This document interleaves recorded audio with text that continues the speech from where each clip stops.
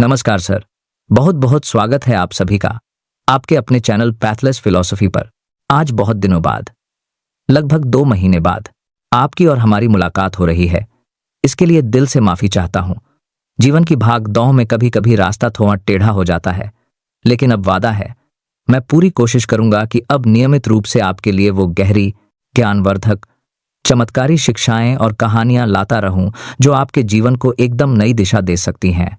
तो देर किस बात की, आज फिर डूबते हैं लाओ त्जू के उस अनंत सागर में जहां हर बूंद में छुपा है जीवन का पूरा रहस्य। चलिए शुरू करते हैं आज की यात्रा। 2500 साल पहले हुआंग हो नदी के किनारे एक बूढ़ा आदमी पैदल चल रहा था। उसके कंधे पर कपड़े का एक छोटा सा बोझ था, हाथ में सिर्फ एक लकड़ी की छड़ी। सूरज ढल रहा था, नदी में उसकी लालिमा लहरों पर तैर रही थी। वह राज्य की आखिरी चौकी की ओर बढ़ रहा था। सीमा पर खड़ा द्वारपाल उसे कई सालों से जानता था। उसने हाथ रोका और कहा, बाबा तुम चले जा रहे हो, कुछ तो बताकर जाओ, हम सबको कुछ तो दे जाओ। बूढ़ा रुका। उसने कुछ नहीं कहा, बस छड़ी जमीन पर टिकाई और धूल में लिखना शुरू किया। एक एक अक्षर, धीरे धीरे, जैसे कोई बच्चा पहली बार लिख रहा हो। 5000 अक्षर। फिर उसने छड़ी उठाई, कंधे पर बोझ ठीक किया और बिना पीछे मुड़े चलता रहा।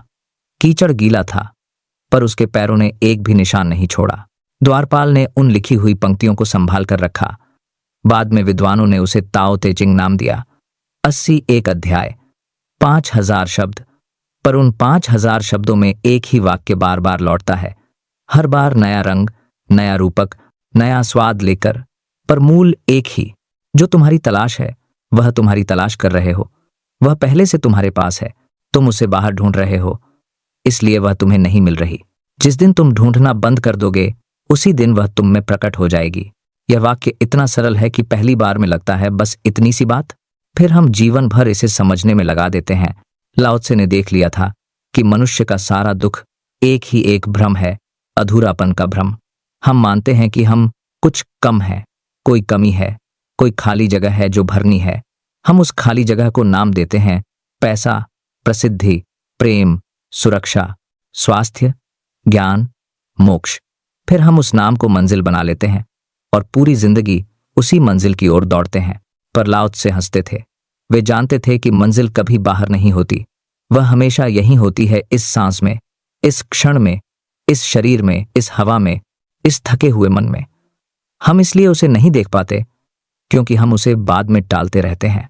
हम कहते हैं जब नौकरी लग जाएगी, जब शादी हो जाएगी, जब बच्चे बड़े हो जाएंगे, जब रिटायरमेंट हो जाएगा, जब ज्ञान हो जाएगा।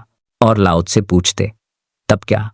तब भी कोई नया जब शुरू हो जाएगा, क्योंकि जब का खेल कभी खत्म नहीं होता।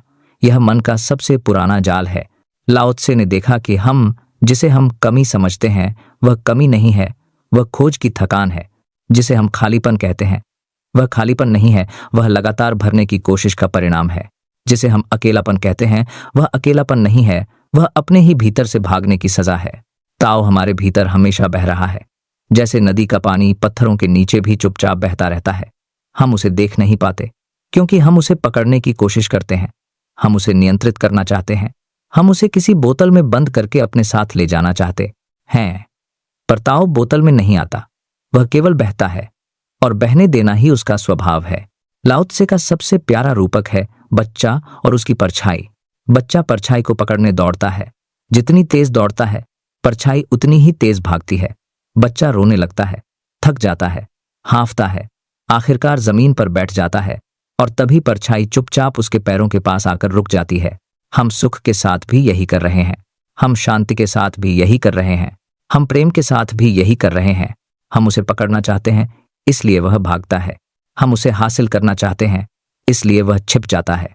जब हम हासिल करने की इच्छा छोड़ देते हैं तभी वह अपने आप हमारे पास आकर बैठ जाता है। आज 2500 साल बाद हम वही गलती और बड़े स्केल पर दोहरा रहे हैं। हमारे पास पहले से कहीं ज्यादा ज्ञान है, कहीं ज्यादा तकनीक है, कहीं ज्यादा सुविधाएं हैं, फिर भी हम पहले से कहीं ज्यादा बेचैन हैं। हमारा दिन सुबह 6 बजे अलार्म से शुरू होता है और रात 12 बजे स्क्रीन की नीली रोशनी में खत्म होता है। बीच में हम लगातार कुछ कर गुजरने की जल्दी में रहते हैं। हमारे फोन में पूरी दुनिया सिमट आई है, पर हमारे भीतर की दुनिया खंडहर हो गई है। हम एक साथ 10 चैट कर सकते हैं, पर किसी एक व्यक्ति से सच्ची बात नहीं कर पाते। हम हजारों गाने डाउनलोड कर लेते हैं पर एक गीत को पूरा सुन नहीं पाते। हम सैकड़ों किताबें खरीद लेते हैं पर एक पंक्ति को जी नहीं पाते। हमारा पूरा जीवन एक लंबी टू डू लिस्ट बन गया है। हर काम के बाद हम टिक मार्क लगाते हैं जैसे कोई हिसाब पूरा कर रहे हों, पर रात को सोते समय भी मन में यही चलता रहता है, कल और ज्यादा करना है और बेहतर करना है और तेज करना है। इस दौड़ में हम भूल जाते हैं कि हम पहले से ही पूर्ण हैं। हमें कुछ और बनने की जरूरत नहीं, हमें सिर्फ होने की अनुमति चाहिए। लाओ त्से आज होते तो शायद यही कहते, रुक जाओ, एक सांस को पूरी तरह ले लो, एक कदम को बिना किसी मंजिल के चल लो, एक शब्द को बिना किसी इरादे के बोल लो, एक पल को बिना हिसाब लगाए गुजार लो, एक रिश्ते को बिना शर्तों के जी लो, एक दरवाजे को बिना ताला लगाए छोड़ दो। जब हम ऐसा करते हैं तब कुछ जादू होता है। तब हम देखते हैं कि जो हम जीवन भर ढूंढ रहे थे वह हमारे भीतर पहले से बैठा मुस्कुरा रहा था। वह कभी गया ही नहीं था, हम ही उसे भूलकर भाग रहे थे। इसीमा पर लिखी गई ताओ ते चिंग का 27वां अध्याय इसी रहस्य को खोलता है। वह कहता है, अच्छा यात्री कोई पद चिन्ह नहीं छोड़ता, अच्छा वक्ता कोई दोष नहीं निकालता, अच्छा गणितज्ञ हिसाब किताब की जरूरत नहीं रखता, अच्छा ताला बनाने वाला ऐसा ताला बनाता है जिसे सांकल की जरूरत नहीं, साधु लोगों को इस तरह बचाता है कि उन्हें लगता भी नहीं कि कोई बचा रहा है, इसलिए वह सारे संसार का गुरु बन जाता है। ये पंक्तियां जितनी सरल लगती हैं उतना ही गहरा रहस्य छिपाए हैं। ये पंक्तियां हमें बताती हैं कि सच्ची महारत क्या है। महारत वह नहीं जो जोर से चिल्लाए, देखो मैंने कर दिखाया। महारत वह है जो इतनी सहज हो जाए कि लोग भूल ही जाएं कि कोई काम हुआ भी था। अच्छा यात्री धरती पर बोझ नहीं बनता, इसलिए धरती उसे निशान नहीं रखने देती। अच्छा वक्ता सामने वाले को काटता नहीं, इसीलिए सामने वाला अपने आप ठीक हो जाता है। अच्छा गणितज्ञ जीवन को समीकरण नहीं बनाता, इसलिए जीवन अनंत हो जाता है। सबसे अच्छा ताला वह है जो दरवाजे की जरूरत ही खत्म कर दे। सबसे बड़ा गुरु वह है जो चला जाए तो भी रह जाए। यही ताओ का मार्ग है, करना नहीं, होने देना, पकड़ना नहीं, बहने देना, बनना नहीं, पहले से बने हुए को पहचानना। आने वाली कहानी इसी 27वें अध्याय को 4 यात्रियों की जिंदगी में उतारती है। 4 यात्री, 4 अहंकार, 4 कला के स्वामी और एक बूढ़ा जो कुछ भी नहीं सिखाता फिर भी सब सिखा जाता है। जब तुम यह कहानी पढ़ोगे तो कहीं कहीं रुक जाना, एक सांस को पूरी तरह जी लेना, एक पंक्ति को अपने भीतर उतरने देना और एक पल को अपने भीतर झांक लेना। शायद तभी तुम्हें पता चले कि तुम्हारा पदचिह्न मिटाना कितना आसान है। बस चलना बंद कर दो और तभी तुम देखोगे कि तुम पहले से ही घर पर हो, तुम पहले से ही पूर्ण हो, तुम पहले से ही ताओ हो। बस ढूंढना बंद कर दो, बाकी सब अपने आप हो जाएगा। तो चलिए शुरू करते हैं इस कहानी को। पहाड़ों के उस पार जहां बादल भी थक कर विश्राम करते हैं, एक छोटी सी घाटी थी जिसका नाम था शून्य घाटी। नाम सुनकर लोग हंसते थे, कहते थे शून्य में क्या रहता है, पर जो वहां गए वे लौटकर चुप हो जाते थे। घाटी चारों तरफ से ऊंचे ऊंचे चीड़ और देवदार के जंगलों से घिरी थी। सुबह होते ही कोहरा इतना गहरा हो जाता कि हाथ को हाथ नहीं सूझता। दोपहर में सूरज जब निकलता तो हल्की सुनहरी धूप पेड़ों के बीच से छन कर आती और जमीन पर चांदनी सी बिखेर देती। शाम ढलते ही हवा में बांसुरियों जैसी आवाज गूंजने लगती। लोग कहते हवा नहीं, खालीपन बचता है। घाटी के ठीक बीचों बीच एक प्राचीन बरगद खड़ा था। उसकी जड़ें जमीन के भीतर नहीं, जमीन के ऊपर लहराती थीं जैसे कोई विशाल अजगर सोया हो। उसकी छांव इतनी ठंडी थी कि गर्मियों में भी लोग रजाई ओढ़कर बैठते। कहते थे इस पेड़ ने सैकड़ों बाढ़ें देखीं, सैकड़ों सूखे देखे, पर एक पत्ता भी नहीं झड़ने दिया। उसके तने पर अनगिनत नाम खुदे थे, प्रेमियों के, बच्चों के, यायावरों के, और हर नाम समय के साथ मिटता चला गया, पर पेड़ नहीं मिटा। उसी बरगद के नीचे एक पत्थर की छोटी सी चबूतरा थी। उस पर सालों से एक बूढ़ा बैठता था। उसका नाम कोई नहीं जानता था। गांव के बच्चे उसे बूढ़ा ताओ कहते। उसके बाल सफेद थे पर चांदी जैसे चमकीले, आंखें ऐसी कि देखो तो लगे उसमें पूरी घाटी समा गई है। वह दिन भर चुप बैठा रहता, कभी चिड़ियों को दाना डालता, कभी नदी की लहरों को देखकर मुस्कुराता। जब कोई उससे कुछ पूछता तो वह बस सिर हिलाता, पर कभी कभी बहुत कम एक आध वाक्य बोल देता और वह वाक्य गांव में आग की तरह फैल जाता। एक बार उसने कहा था, पानी को पकड़ने की कोशिश मत करो, वह तुम्हारे हाथों से निकल जाएगा। उस दिन से गांव में कोई मटका ढककर नहीं रखता था। एक पतझड़ के मौसम में 4 यात्री शून्य घाटी पहुंचे। चारों अलग अलग दिशाओं से आए थे। चारों के कंधों पर अपने अपने हुनर का भारी बोझ था। चारों ने सुना था कि यहाँ एक बूढ़ा रहता है जो बिना कुछ कहे सब सिखा देता है। वे सोचते थे, हम इतने बड़े विद्वान, चलो देखें यह बूढ़ा क्या जानता है। सबसे आगे चल रहा था चांग। वह पदचिह्न शास्त्री था। उसकी कमर पर चमड़े का एक मोटा थैला लटकता था। थैले में सैकड़ों छोटी छोटी शीशियां थीं, हर शीशी में अलग अलग जगहों की मिट्टी। उसने हिमालय की बर्फ से लेकर थार के रेगिस्तान तक की मिट्टी संजो रखी थी। वह एक नजर में बता देता था कि यह पदचिह्न किसी डरे हुए आदमी का है या किसी घमंडी राजा का। वह कहता, धरती झूठ नहीं बोलती, हर कदम एक कहानी लिखता है। मैं उन कहानियों का अनुवादक हूं। उसके जूते लोहे के थे ताकि उसके अपने पदचिह्न गहरे पड़ें और कोई उसका पीछा न कर सके। दूसरे थे मेईलिंग। वे स्वर्णमुख वक्ता थीं। उनकी आवाज में मिश्री घुली रहती थी, पर हर शब्द में जहर। वे जब बोलती तो सभाएं ठिठक जातीं। राज दरबारों में उन्हें सुनने के लिए सोने के सिक्के बिछाए जाते थे, पर जो उनके सामने पड़ता वह सालों तक उनके एक तीखे वाक्य को भूल नहीं पाता। वे कहती, मीठी बातें कुत्ते भी चाट लेते हैं, असली वाणी वही है जो हड्डी में चुभ जाए।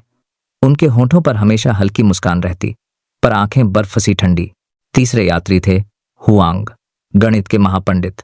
उनके कंधे पर लकड़ी की एक बड़ी पेटी थी जिसमें सैकड़ों पतली पतली पट्टियां भरी थीं। हर पट्टी पर बारीक अक्षरों में आंकड़े खुदे थे। वे कहते थे, सब कुछ गिनती है, प्यार भी, नफरत भी, जीवन भी, मृत्यु भी। उन्होंने अपना पूरा जीवन एक समीकरण बना रखा था। उन्होंने हिसाब लगाया था कि उन्हें कितने दिन जीना है, कितने दाने चावल खाने हैं, कितनी बार सांस लेनी है। उनकी दाढ़ी में एक सफेद बाल था। वे उसे रोज गिनते और खुश होते कि हिसाब सही चल रहा है। चौथे थे लो शांग, ताला बनाने वालों के कुल का आखिरी वारिस। उनके पास दुनिया के सबसे जटिल ताले थे। एक ताला ऐसा था जिसमें 760 पेंच थे, पर चाबी का नामो निशान नहीं। वे कहते थे, जो चीज बंद नहीं हो सकती वह मेरे किसी काम की नहीं। उनका अपना घर भी 17 तालों से बंद रहता था। सोते समय वे चाबियां गले में डालकर सोते थे। उनकी नींद इतनी हल्की थी कि अगर कोई चाबी हिल जाए तो जाग जाते। चारों जब बरगद के नीचे पहुंचे तो बूढ़ा ताऊ एक पत्ते को उलट पुलट कर देख रहा था। उसकी आंखों में हल्की चमक थी। चारों ने अभिवादन किया। बूढ़ा बस सिर हिलाया, फिर चुप। घंटा बीता, 2 घंटे। सूरज ढलने लगा। यात्री बेचैन होने लगे। सबसे पहले चांग ने खांसा और कहा, बाबा, मैंने सुना है आप बिना पदचिह्न छोड़े चलते हैं। मैंने दुनिया की हर मिट्टी देखी है। बर्फ पर, रेत पर, पत्थर पर, हर जगह निशान पड़ता है। अगर आप सचमुच ऐसा कर सकते हैं तो दिखाएं। मैं उस मिट्टी को अपने थैले में रखना चाहता हूं जिस पर आपका पांव पड़ा और निशान नहीं बना। बूढ़ा मुस्कुराया, फिर धीरे से उठा। उसके पांव नंगे थे, पर तलुए इतने कोमल कि लगता था बादल चल रहे हैं। उसने गांव के बाहर की वह पगडंडी चुनी जहां बारिश के बाद कीचड़ गहरा था। चारों पीछे पीछे चले। बूढ़ा चला, 10 कदम, 20, 50, 100, फिर लौटा। चांग दौड़ा, कीचड़ में हाथ डाला, उंगलियां फेरी, एक भी निशान नहीं। वह हक्का बक्का रह गया।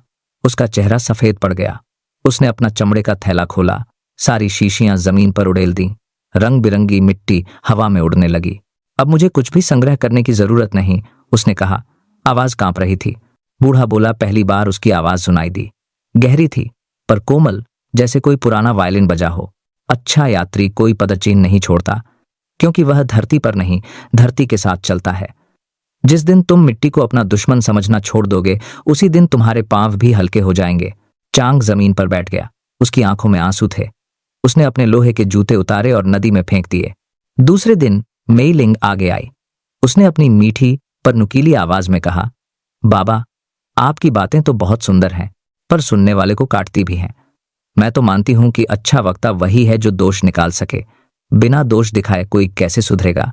मैंने राजाओं को उनके घमंड के लिए लज्जित किया है, मंत्रियों को उनकी चालाकी पर नंगा किया है। मेरी वाणी से लोग बदलते हैं। बूढ़ा चुप रहा। फिर उसने जमीन से एक छोटा सा पत्थर उठाया। खुरदुरा, एक कोना टूटा हुआ, रंग फीका। उसे मेईलिंग की ओर बढ़ाया। बूढ़ा से देश के जमीन से पढ़ के राना, इस पत्थर में कितने दोष हैं। मेईलिंग ने मुस्कुराकर पत्थर लिया और बोलना शुरू किया। यह खुरदुरा है, यह टेढ़ा है, यह भद्दा है, इसमें दरार है, यह भारी है, यह ठंडा है, यह बेकार है। 10 मिनट, 20 मिनट, आधा घंटा।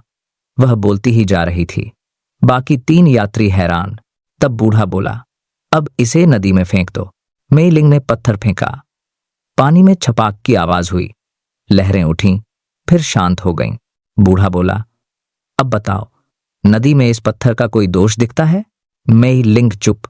उसकी आंखें नदी को देख रही थीं। जिस चीज को तुम दोष कहती हो वह जगह और समय के साथ बदल जाती है। अच्छा वक्ता दोष नहीं ढूंढता, वह उस स्थान पर ले जाता है जहां दोष अपने आप गल जाए। मेई लिंग ने पहली बार सिर झुकाया। उसने अपनी चांदी की जीभ छेदन वाली अंगूठी उतारी और नदी में फेंक दी। उस दिन से वह कम बोली, पर जब बोली तो लोग रोने लगे खुशी से। तीसरे दिन हुआंग ने अपनी पेटी खोली। उसने बूढ़े की नब्ज पकड़ी, आंखों में झांका, सांसें गिनी, फिर अपनी पट्टियों पर कुछ लिखा और गर्व से कहा, बाबा, आपके पास अधिकतम 7 दिन बाकी हैं। आपके शरीर में नब्ज की गति 62 है, आंखों की चमक 4.3 लक्स, बालों में सफेदी 98%। मैंने हिसाब लगाया है, आप 7वें दिन सूर्यास्त के साथ चले जाएंगे। बूढ़ा हंसा। उसकी हंसी में कोई व्यंग्य नहीं था, बस करुणा। उसने पास की झाड़ी से एक मरी हुई चिड़िया उठाई, पंख फैले हुए, आंखें बंद। इसका हिसाब लगाओ। हुआंग ने चिड़िया को नापा, तौला, पंख गिने, दिल की धड़कन जांची, फिर बोला, यह ठीक 2 घंटे 17 मिनट पहले मरी है। बूढ़ा ने चिड़िया को अपनी हथेली पर रखा, धीरे से उस पर फूंका। एक लंबी गर्म सांस। चिड़िया की आंख खुली, उसने पंख फड़फड़ाए और उड़ गई। हुआंग के हाथ से सारी पट्टियां गिर गईं, वे टूटकर बिखर गईं। उसकी आंखें चौड़ी हो गईं। बूढ़ा बोला, अच्छा गणितज्ञ हिसाब नहीं रखता, क्योंकि वह जानता है कि जीवन का आखिरी समीकरण हमेशा शून्य नहीं आता, कभी कभी अनंत भी आता है। हिसाब तब तक सही है जब तक सांसें हैं। सांस खत्म, हिसाब खत्म। हुआंग जमीन पर बैठ गया। उसने अपनी सारी पट्टियां उठाईं और नदी में बहा दी। लकड़ी पानी पर तैरने लगी। उसने अपना सफेद बाल नोच लिया और हंसने लगा, बच्चों सा। चौथे दिन लो शांग ने अपना सबसे कीमती ताला सामने रखा। लोहे का एक गोला, 760 पेंच, कोई छेद नहीं, कोई चाबी नहीं। उसने कहा, इसे खोलकर दिखाओ। अगर तुम सचमुच गुरु हो तो। बूढ़ा ताला उठाया तक नहीं, बस उसके पास बैठ गया। सूरज ढला, चांद निकला, तारे झिलमिलाने लगे। लो शांग बेचैन, वह इधर उधर टहलने लगा। रात भर जागता रहा। सुबह हुई, बूढ़ा अब भी बैठा था, ताला वहीं पड़ा था। लो शांग चिल्लाया, यह असंभव है, कोई ना कोई तरीका तो होना चाहिए। बूढ़ा ने ताले को हाथ लगाए बिना ही उल्टा किया। दूसरी तरफ कुछ था ही नहीं, बस एक खाली लोहे का गोला। कोई ताला नहीं, कभी था ही नहीं। लो शांग की आंखें खुली की खुली रह गईं। उसका चेहरा लाल हो गया, फिर सफेद, फिर वह जोर से हंसा। पहली बार उसकी हंसी में डर नहीं था। बूढ़ा बोला, सबसे अच्छा ताला वही है जो दरवाजे की जरूरत ही खत्म कर दे। जब कुछ छिपाने की इच्छा ही नहीं रहेगी, तब सांकल की जरूरत क्या। लो शांग ने अपना ताला उठाया और पत्थर पर पटक दिया। वह टूट गया। उसने कीलें और पेंच इकट्ठे किए और गांव के बच्चों को दे दिए। बच्चे चीखते कूदते दौड़े। उस दिन से गांव में सबसे ज्यादा खिलौने लो शांग के तालों से बने। चारों यात्री अब खाली हो चुके थे। उनके कंधों से बोझ उतर गया था। चांग बिना जूते चलने लगा। मेई लिंग चुपचाप मुस्कुराने लगी। हुआंग ने गिनती छोड़ दी। अब वह सांसें नहीं, हवा को महसूस करता। लो शांग ने अपने घर के 17 ताले खोल दिए और दरवाजा हमेशा के लिए खुला छोड़ दिया। फिर एक सुबह बूढ़ा ताऊ गायब हो गया। कोई नहीं जानता कब गया। गांव वाले बरगद के नीचे पहुंचे तो चबूतरा खाली था। कीचड़ में एक भी निशान नहीं, बस एक छोटा सा कागज पड़ा था जिस पर काली स्याही से लिखा था, साधु लोगों को इस तरह बचाता है कि उन्हें लगता भी नहीं कि कोई बचा रहा है, इसीलिए वह सारे संसार का गुरु बन जाता है। उस दिन से शून्य घाटी सचमुच शून्य हो गई, भर गई थी खालीपन से। लोग बिना पदचिन्ह छोड़े चलने लगे, बिना दोष निकाले बोलने लगे, बिना हिसाब रखे जीने लगे, और दरवाजे खुला छोड़कर भी चैन से सोने लगे, क्योंकि उन्हें पता चल गया था सबसे गहरी शिक्षा वही है जो बिना सिखाए सिखा दे। सबसे मजबूत ताला वही है जो कभी बंद ना हो, और सबसे अच्छा गुरु वही है जो चला जाए तो भी रह जाए। और बरगद आज भी खड़ा है। उसकी जड़ें अब और गहरी हो गई हैं। कभी कभी हवा में हल्की सी सरसराहट होती है। बच्चे कहते हैं, बूढ़ा ताऊ हंस रहे हैं। धन्यवाद। इस वीडियो में बस इतना ही। अब मिलते हैं अगले वीडियो में। तब तक आप हमारे चैनल को सब्सक्राइब कर लें और हमारे वीडियो को ज्यादा से ज्यादा शेयर करें। धन्यवाद।